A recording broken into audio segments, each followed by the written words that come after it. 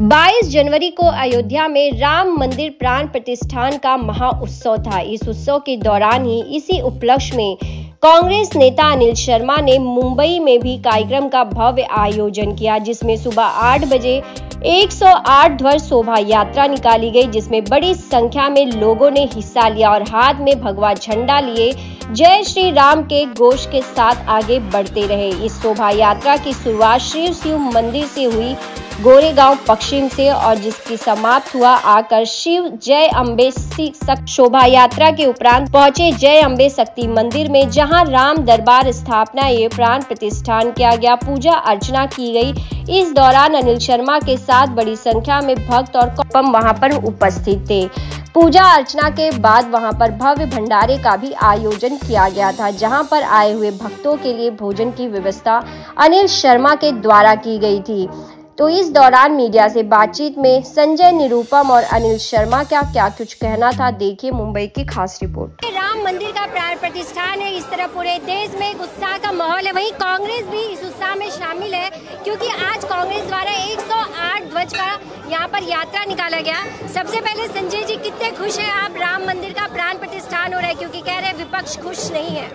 नहीं, ऐसा कुछ नहीं है। इस देश का हर हिंदू और जिसकी आस्था है भगवान राम में, वो सब खुश है। इसलिए कि लगभग 1528 का वो दौर था जब वहां पर मंदिर तोड़कर बाबरी मस्जिद बनाई गई, वहां बाबरी मस्जिद बनाई गई, और लगभग पूरे 500 साल, 4 बरस कम 500 साल से एक टीस थी मन में। लोग संघर्ष कर रहे थे, आंदोलन कर रहे थे, तड़प रहे थे कि जहां भगवान राम का जन्म हुआ था वहां रामलला की स्थापना होनी चाहिए। आखिरकार वो सौभाग्यशाली दिन आ गया जब अयोध्या में रामलला की स्थापना हो रही है। अभिजीत मुहूर्त में हो रहा है, बहुत अच्छा मुहूर्त माना जाता है। और ठीक उसी मुहूर्त पे आज यहाँ अम्बे माता के मंदिर में राम जी, लक्ष्मण जी और सीता जी की मूर्तियों की स्थापना हुई है, प्राण प्रतिष्ठा हुई है। इसके आयोजक हमारे अनिल शर्मा जी हैं, और बड़े भव्य तरीके से यहाँ पर जो भी राम भक्त हैं वो सब यहाँ उपस्थित हैं। तो आज भगवान राम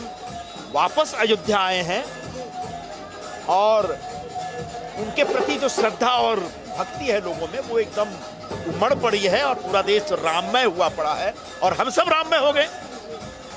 तो आप लगातार ही राममय नजर आ रहे, कई दिनों से आप कार्यक्रम में भी शामिल हो रहे हैं, लेकिन कांग्रेस पार्टी के वरिष्ठ नेताओं ने मंदिर जाने से इनकार कर दिया है। इसे आप ऐसा नहीं है। आज तो राहुल गांधी जी असम में एक मंदिर में जाना चाह रहे थे, वहां की सरकार ने उनको रोक दिया। मंदिर जाने से कोई गुरेज नहीं है। कांग्रेस पार्टी ने एक राजनीतिक मुद्दा रखा था कि जिस तरीके से बीजेपी और आरएसएस ने वहां पर पूरा आयोजन किया है, वो आयोजन राजनीतिक हो जाता है। ये दुर्भाग्यपूर्ण बात है, जिसकी वजह से उन लोगों ने जिनको निमंत्रित किया गया तो उन्हें जाने से मना किया। लेकिन पार्टी की तरफ से सबको कहा गया कि इसके बावजूद जो भी व्यक्ति अयोध्या भक्ति भाव से जाना चाहता है जा सकता है, और जो अयोध्या नहीं जा सकता वो कहीं भी राम की स्थापना के कार्यक्रम में, राम दरबार में शामिल हो सकता। आज हम सब कांग्रेस के लोग, क्योंकि कांग्रेस को या बीजेपी को, किसी भी पार्टी को, सबसे पहले आपका अपना एक धर्म है। भारत एक धार्मिक देश है, यहाँ धार्मिक परंपराओं में आस्था और विश्वास रखने वाले अटूट लोग हैं। ऐसे लोगों की आस्थाओं को कोई छेड़ नहीं सकता, उसको कोई चोट नहीं पहुंचा सकता, और निश्चित तौर पर इन आस्थाओं का सम्मान होना चाहिए। तो आप संजय जी कब पहुंच रहे हैं अयोध्या नगरी भगवान राम के दर्शन के लिए? जाएंगे आज कल मैं कहीं देख रहा था कि दिसंबर महीने में, इस साल दिसंबर महीने तक मंदिर का निर्माण कार्य पूरा हो जाएगा। तो या तो उससे पहले जाएंगे या एक बार निर्माण कार्य पूरा होने के बाद जाएंगे। क्या अयोध्या तो मैं कई बार गया हूँ भगवान रामलला का दर्शन करने, वहाँ आरती वगैरह भी की हमने। आगे भी जाएंगे, जब मौका मिलेगा चले जाएंगे। तो आप पहले भी अयोध्या गए, कैसा अनुभव रहा है आपका जब आप अयोध्या गए, और क्या लग रहा है आज कितना बदला है? अयोध्या तो मैं जो धर्म गुरुओं की मीटिंगों में भी जा चुका हूँ। मुझे उस समय बुलाया जाता था, विशेष करके उनके जो आयोजन थे, उनके जो कार्यक्रम थे, उसमें शामिल होने के लिए। बतौर भक्त भी मैं जा चुका हूँ वहाँ कई बार, वहाँ आरती की है मैंने कई बार वहाँ जा करके। तो अयोध्या जाना एक अलग अनुभव है, एक बड़ा, एक समझ लीजिए कि अप्रतिम अनुभव है, बड़ा एक डिवाइन जो एक्सपीरियंस होता है ना, दैवीय अनुभव होता है, और उस अनुभव का आनंद सबको लेना चाहिए। देखिए, खुशी का तो कोई अंदाज़ा ही नहीं है। अयोध्या में भी राम और मलाड में भी राम, तो बड़े इंतज़ार के बाद आज ये ऐतिहासिक दिन आया है। और जैसा कि आप देख रहे हो, इतना भव्य कार्यक्रम का यहाँ आयोजन किया, और यहाँ पे राम दरबार की प्राण प्रतिष्ठा और स्थापना की हमने। 108 ध्वज का जिस तरह से आज यात्रा भी निकाली गई थी, राम यात्रा, इस यात्रा का आयोजन और इतना भव्य आयोजन करने का निर्णय आपने क्यों लिया था?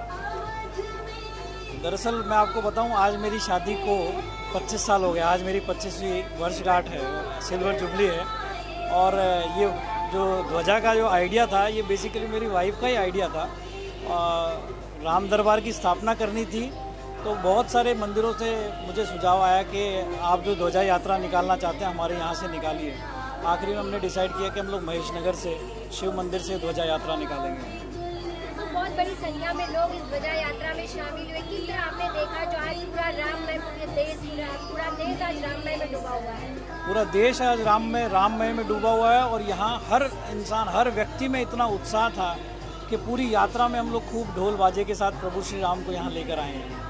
तो प्रभु श्री राम की जो मूर्ति है काफी आकर्षित है। किस तरह से आपने चयन किया कि मंदिर में भगवान की जो प्राण प्रतिष्ठान होना है, इन मूर्ति को ही हमें यहाँ पर लेकर आना है?